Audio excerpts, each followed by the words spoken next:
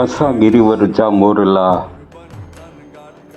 કંકર પેટ ભરા, અમારી રતો આવે નવ બોલીએ તો હીડા ફાટ મરા. આ દુહામાં મોરના પ્રતીક દ્વારા સ્વાભિમાની કલાકાર અને સાચા સ્નેહી માણસની વેદના અને પ્રકૃતિની વાત કરવામાં આવી છે. મોરલાના પ્રતીક રૂપે કવિ કહે છે કે અમે તો વિશાળ પર્વતોના મોરલા છીએ.